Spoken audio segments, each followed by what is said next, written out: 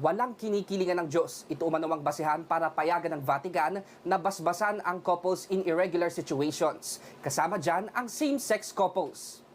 Sa landmark ruling ng Vatican na aprobado ni Pope Francis, pinapayagan na ang mga pari sa simbahang katoliko na magbigay ng basbas o blessing sa mga same-sex couples. Gayon din ang mga mag-live-in partner at divorced. Ayon sa naturang desisyon, hindi dapat pigilan ng simbahang katolika ang sino mang nais mapalapit sa Diyos. Pero may kondisyon. Una, ang blessing ay hindi katumbas ng sakramento ng kasal. Hindi rin daw nagbabago ang pagtingin nila sa same-sex marriage. Case-to-case basis din ang pagpapasya ng pari na magbigay ng basbas sa same-sex couple. Sa kabila nito, sinabi ng grupong bahaghari na binubuo ng mga LGBTQ+ community na welcome development pa rin sa kanila ang landmark ruling ng Vatican. Kinikilala po natin na isa po itong forma ng pag-abante na kinikilala na ang LGBT persons pag nagmamahalan sila may karapatan na ma-recognize